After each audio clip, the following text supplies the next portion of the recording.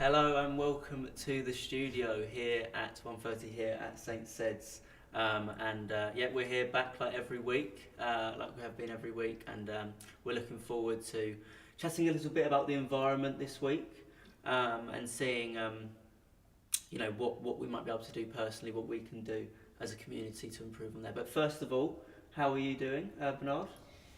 I'm okay and happy to be here again with you, with Joe. I'm Reverend Bernard, and back again to you to talk and to meet and to hear what's happening around us and to see what we plan to do as well, not just simple what's happening around us. Of course, yeah, sounds good. So, yeah, today we haven't got any kind of interviews today, unfortunately, but we are going to be talking about something that is important, about the environment and about what we can do personally, what we can do as a community, and what Southend might do going forward. About improving on that, because obviously climate change is a massive thing in the world at the moment, and we all kind of need to look at doing our part. So yeah, we're going to get onto that. First of all, Bernard, what kind of, what are you thinking around everything that's going on with climate change and everything with the environment? Why? Maybe you ask yourself why we speak about that, because everybody start to speaking about that. Mm-hmm. But if those who are as old as we are, you can see the difference between what was a winter in February, yeah, and what is now, yeah, here in this area. Mm-hmm. And it's a great change and not the best, yeah, not to the best. Then we should be careful what we do in order at least to preserve what we have, because we don't know how dangerous could be a big change in the weather pattern, because Mm-hmm. the weather has a pattern with changing of the moons and the earth moving and whatever. Last week we had a storm, and this storm, I know that people told me the story that the storm is coming back every 6 years, 6 or 7 years or less, but this year was stronger as usually. yeah, And yeah. again, it's like a cycle, of this storm in this area, but in the same time, the issue is became stronger than usual. And Yeah. a lot of people suffered. I'm about to say, I was personally quite lucky, I didn't have any, damages or anything like that, but I've seen so much everywhere online, especially in the area as well, in the Southend area, but also in our borough, in terms of, what's happened, where trees have fallen, damage to cars, to houses. It's just and even flooding as well. There's been a lot of flooding. Exactly, and a lot of people remain without roof over their head. Exactly. And no power, no electricity for a few days, for a couple of days. So yeah, but let's get on to first what Southend are doing actually, to to look at changing and to become a greener place. Now, Southend have actually there's discussions about a city plan. It's called the Green City Plan for 2021, and they're trying to kind of influence and create different initiatives to improve Southend as an area in terms of making it a greener place and helping the environment a bit. So I've got a couple of things here that they've kind of outlined in their 2021 city plan.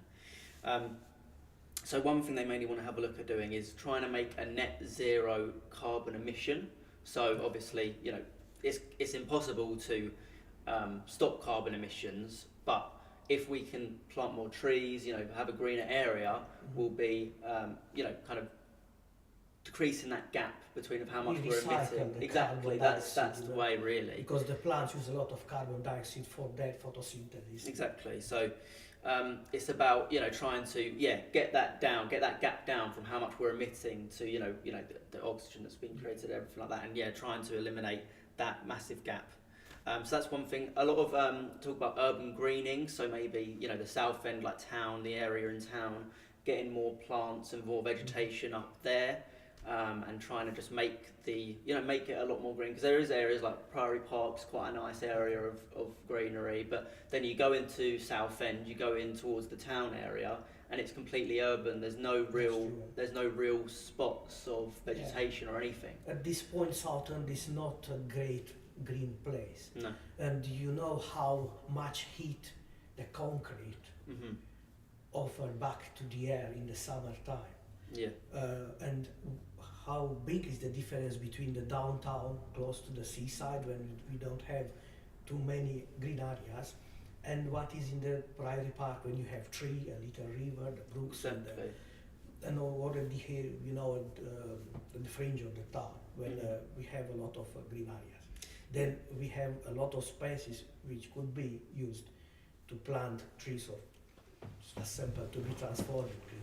Yeah, of course, and not then just put concrete everywhere. Exactly. Yeah, we need them greener areas. Even just I mean, it would be nice. I was thinking it would be nice along the town high street. They just put kind of a row of vegetation in the middle. Yeah. It kind of separates the kind of sidewalks in a way. So you have one stream going one way, one stream going the other way, and then you've just got in the middle some nice vegetation, some trees, just something to kind of make the area a bit more environment friendly. That's true. To plant tree in pots, and huge pots, you know, because that is possible. So many towns and villages do already that. Exactly. And I'm sure you care for your town, and now on a city. To be greener, to be, you know, with clean air and all this stuff. You should always come in the council's website to send your comments, your message, what you think about our town, our city should look like, you know. Yeah, definitely. And you know that our town has a plan of recycling. Yeah. I mean, well, that's the thing. Obviously, I think they're putting this initiative in due to us becoming a city, and they want to make a big change with us becoming a city. So another thing they're looking at is to look at waste and recycling and what we can do. It's not just about, I remember you saying, you know, a couple of days ago, it's not just about recycling, it's also about recycling the right way. That's true. Because when I was thinking about the topic we know about, I find it out that Southend is not the greatest town city who is recycling well. The most of our stuff recycled, because they are mixed up, papers with cans and glass and whatever, or plastic. The company who do that, who separate all this stuff, sometimes dump it on the landfill. Yeah. A huge quantity, because we don't put in the right bag what we have to do. We have the, you know, in this area we have the pink bag. Yeah. We put the glass, plastic and everything based. cans. Yeah. What we recycle. But papers should be, you know, all kind of paper stuff should be going in that box, new box we have provided by the council. Yeah, I mean, I know at home that we always separate, you know, we put all paper card in the box. Obviously at work as well, in our office, we've got the 3 separate bins for different recyclable things. So yeah, it's not just about recycling. Obviously that is a good thing to do anyway, but it's also about recycling the right way, making sure you've got separate things in different bags, so your paper in your blue box that is provided by the council. By the way, when we go shopping and we have loose, you know, fruit or whatever, do not take that little plastic bags from the shop. We have a reusable bag, you know, because I remember I grew up with that kind of bags, In that time, we didn't have so much plastic around us. Yeah. We had bags for fabrics and whatever. We used maybe for months. Yeah. Yeah, I understand. Yeah, I We mean, hadn't so that's- many bags yeah. with rubbish afterward when Yeah. the bin men come to pick them up. I think that has been encouraged slightly, hasn't it? By like obviously Tesco's quite close to us and around our area. It now costs money every time you get a bag there, so they're kind of encouraging you to bring back the bags that you buy, which is what I always do every time I go to Tesco. I'm always bringing back the bags that I've already got. So another thing they're also looking at is transport. I think it's about kind of getting on your bike, trying to avoid using your car. It was something we spoke about recently in a previous session in the studio. We were talking about transport and getting the bus and things like that. So that's something again that's going to be put into this kind of initiative and this plan from Southend to kind of look at maybe pushing to take the bus, cycle, walk, just greener modes of transport. And we know that the council tried to make that company who's providing buses, Arriva or the others companies, to have more and more buses online. Yeah. That means on the working. But the issue is not too many people not enough people use the buses. Yeah. And the council put a lot of money in those companies to keep Of course, going. yeah. Then if we want buses more frequently at the bus stop, we should use them because it's not affordable, but just simple doesn't work. We use the cars, when we stay more and more longer in the traffic because of that. It's jam. We come back from COVID. We started to work and to travel, and the city start to be blocked day by day in the morning and afternoon. Yeah. What would be nice? What would be nice is like in Amsterdam and things like that. They basically have like a cycling city, don't they? Yeah. That would be. I mean, it's a long shot, but that would be amazing if we, you look 10 years down the line and we just see that there's just people cycling all around town. I suppose there is a hope here because it is big change since I've been here, 2 years and a bit. I see more and more people cycling.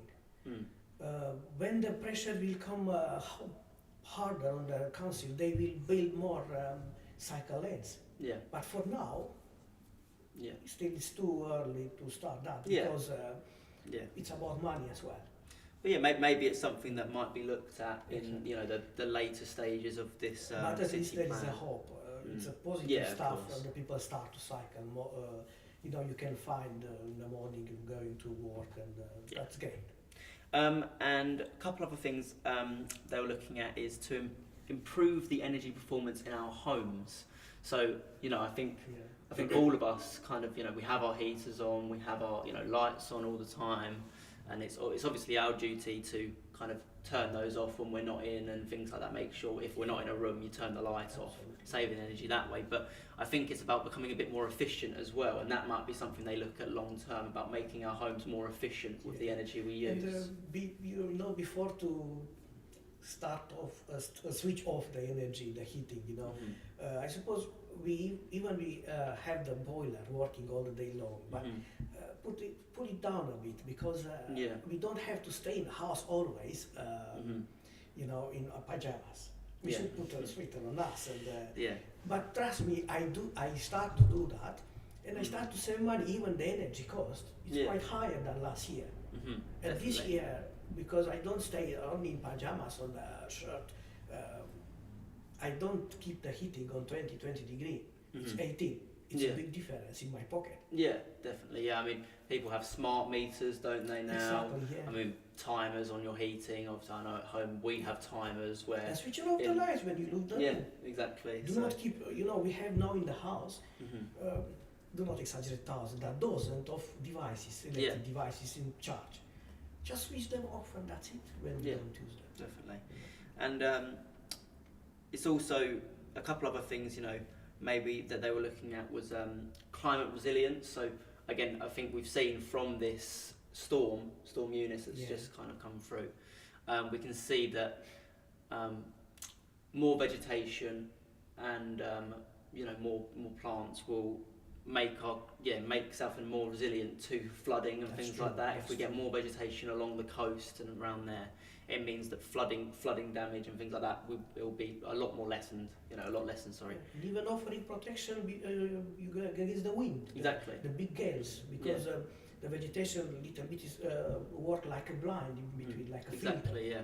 But So if you have hills like here around Southend, without any tree, the wind just simply go and blow over, and the next step is that you're flowing away. exactly, and that's the damage that can be caused. So getting more vegetation around Southend and in Southend will limit those kind of costs that might And come from damage. maybe you will ask yourself, how can I do, because there is a council or the other companies or charities or who can do that in the town or whatever.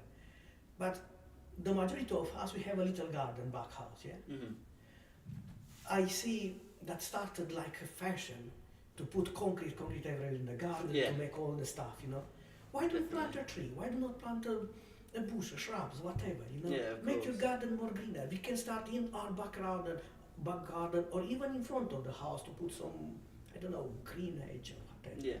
Yeah, definitely. This is what we can do, and just try to think how green could become the city if every garden will have less concrete and more greens. Yeah. Not just simple grass, because the grass is not enough. It's too small to make the difference. It is better than stone and concrete, but need more for that. Yeah, and then finally, one other thing that I thought I'd outline from their Green City plan was the building partnerships within the community and with organisations around Southend. So hopefully that will be something they look at doing. Different initiatives come from there, and you never know. Maybe Lifestreams can get involved. I'm sure we would love to look at. I mean, we've obviously got our garden at 213, but we want to do more than that. Exactly. We want to help Southend become greener. We want this ward to become greener. So that's something maybe we'll look at in the future. But hopefully, this Green City plan will be a big change and a big positive. And if you want to be involved, come out, send us a comment, and we let you know where we are, how we start, what we intend to do step by step. And why not? Let's do something little things make big stuff. Yeah, of course. Not another way. Yeah, no, that sounds really good. I mean, if you they're obviously the longer term plans that Southend have brought in, but what about what can we do ourselves maybe to improve the environment and trying to reduce that kind of climate change? There's different things we can do. Obviously, simple ones like reduce, reuse, recycle, ones that we've kind of grown up knowing. We can carry on doing those kind of things. Conserving water, obviously, is a big one. I talked today when we were preparing, you said about water. How you as a young person could suggest others how to preserve water, because it's economy money, because you pay for every meter cube of water, Yeah, but it's and by the way, how we set the planet, do not use the water which should go, it's one of the main things is shorter showers, things like that. Don't have a bath, 'cause obviously that uses up loads of water. Obviously I know it's relaxing. No, I remember there is a clip in the movie advertising for climate change, something else. When the dad and the girl were washing their, in the morning, washing in the morning, preparing to go. Yeah. And the girl looked quite, a bit upset to her father, because he didn't stop the faucet. And just simple waiting to finish and said, that should be great too. When we don't have to stop until we need them. It's things as simple as that can make a big difference over time, isn't it? If everybody does it, it makes a massive difference. It's hundreds of litres of water every month a family could save. Yeah, exactly. Turning off electrical devices, turning off lights, simple things like that. You said before planting a tree in your garden. I mean, we've now got the 213 garden and we've been planting, and we, hopefully maybe in the future we'll be putting on different things where we get people involved to do some planting of flowers, of plants, of trees and things like that. That will be something maybe to look at in the future. And we intend there to help people to develop the skill to take care of a garden, you know. Yeah. Because for that, it's not even just about helping the environment. It's, you know, improving your well-being and, you know, getting out and connecting with the community. You know, exactly, everything is connected. You say well-being, caring for the planet, for our environment here. We care for ourselves in the same time. Then that's the reality. We are connected. And then finally, the one last one I put on there was eat sustainably. Now, you know, we obviously know that meat can cause quite a lot of, you know, it's very, to produce it, a lot of energy is expended to kind of get all them products out for us. Now, I'm not saying that you shouldn't eat meat, but but it's about maybe, you know, looking at the quantities of what you're eating. That's true. It's about, you know, looking at them quantities and making sure that, you know, am I getting this locally sourced as well? That's something you can look at, because obviously the amount of food miles that can come if you get food from abroad and things like that, you've got to, you know, these are all things you can always look at and just see, you know, how can I help do my part? And there's, you know, there's obviously loads of things we can do. And you know, we don't say stop eating it. No, we are not this kind of not people. saying that. But it is tested that if you eat more diverse, you are healthier. Then eat diverse, and if you can, eat locally. Buy from the local shop, buy local stuff, because doing that, less energy will be wasted in transporting all this stuff overseas. Because, you know, we want just eat something because we like or we heard or we have seen in the television. You know? So that's mainly what we've got. So what we want to say is, if anybody has any input, any ideas that we could have a look at doing, or that you think would be good in terms of helping the environment, then feel free to leave comments in the comment section or to contact us on social media. We've actually got our social media handles right there for you. So you know, get in contact with us and tell us what you think about what we can do in the local area to look at helping the environment. So what we're going to do now is we're going to move on to our question of the day.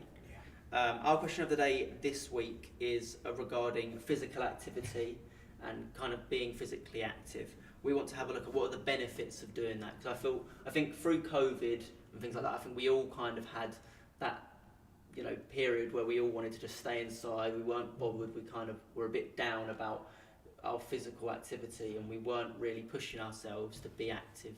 So all we wanted to do is talk about the benefits of getting physically active and doing different sports and things like that. The reality is we can do different level of activities, because it is about how much we are able to do it. But we have to do it. If not, our body, you know, will be less and less able to do physical activity. Exactly. Well, that's the first thing, isn't it? It's about the physical, your body becoming physically fitter from doing different activities. So, you know, your cardiovascular, your fitness, you know, your breathing and things like that, your joints and things like that. Even that, it's just important to stay active so these things don't become an issue in the future. So. And maybe you like to read some stuff like that. Again, there is known that people who make more physical activities are happier, because there is a connection between our brain and body and our well-being, mental. I mean, we release serotonin when we, you know, that feel-good factor, where after we've done physical activity, how good we feel about it. So it's always important to get out. It's not, again, it's just not the physical, it's the mental, and it's all connected that way. It's also the social side of things as well. That's true, You know, when, you know, you've got team sports, even going to like classes and things like that, there's loads of things that we can do that kind of connects us within the community. So it might be nice to see this kind of, you know, the Blenheim Park ward, people around, seeing more people out doing physical activity, and maybe seeing different classes come on. And in our churches we have groups of people who are doing yoga, ballet, all kind of dances, you know, classes for improving their well-being. Exactly. By the way, now the garden is open at 2 and 3 in the Manors Way.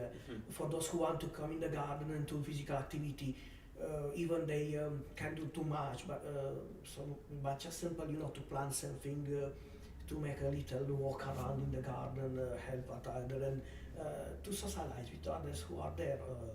And yeah, here as well, we will start to be more and more often around, and to offer possibility for the people to come and to come out, to work physically, to do something for their health, their well-being. Okay, so yeah, that's kind of some of the ideas we've got. If you have any ideas of your own about what we could do, or any, maybe even if you have some classes or some groups that you think might be useful for people to hear about, other people might be listening and want to get involved, then feel free to, again, contact us on social media or leave a comment in the chat, and we, hopefully it spreads the word about, getting more people involved within the area. And we will come back to you with an answer, or we'll contact the person who are in charge with this kind of stuff. Exactly, yeah. So that's it for our question of the day. Yeah. We'll now just talk quickly about, we're coming to the end of our show, sorry. We'll talk about what we've got going on around the live streams for the next coming week. First of all, I just want to quickly play you a clip again of Bernard discussing St. Sed's and hopefully, what might be happening in the future here.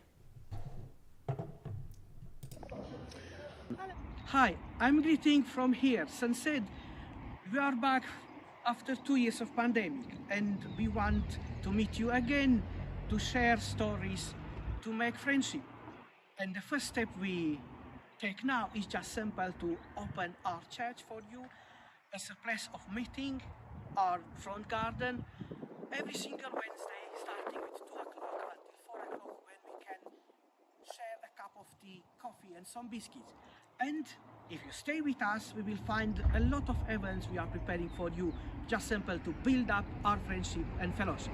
Come back here and I'm waiting for you. Reverend Bernard and Reverend Colin will be here for you and the congregation with us. So there was Bernard talking about St. Sed's and what we're going to be looking in the future here. So I'm sure we'll look at different things, hopefully different sessions, different classes. We have Oasis here still, but maybe opening up and having more things here in the future. So we will be looking at that, I'm sure. What else have we got going on around live streams this coming week? I'm sure we have our usual services. There are a lot of changes because we are now close to the Lent. Mm-hmm. Next week we will start the Lent, and then first we will have preparation for Ash Wednesday. Mm-hmm. We will have a service at 2 and 3. At noon at St. Peter Church in Eastbourne Grove. We will have again imposition of ashes, and hopefully if Tesco will accept, we'll go there with ashes to go. Yep. Then you are welcome. But we continue, to meet at a coffee house. Yeah, coffee house open, was it 9 till 2? 9 till 2, yeah. So that's Monday to Friday, and then every now and then I think it opens. Yeah, we have a lot of meeting groups, knitting, natar, flower arranging. Then you have so many possibility to be with others. Here again we have Wednesday at 2 o'clock Oasis, then talk, coffee, biscuits, and just being together. Yeah. Sunday afternoon, 3:30, we have a service, and again time to be just simple and to share together here. And of course, the garden. Yeah, the garden. It's open. You can go already from 10 o'clock to 2 o'clock every single day, from Monday to Friday. And obviously just stay connected with all our social media channels and you'll be able to see all the different events that we might have coming on. I'm sure we have a lot coming up soon. One thing I wanted to quickly also discuss was today we had our first session of art streams.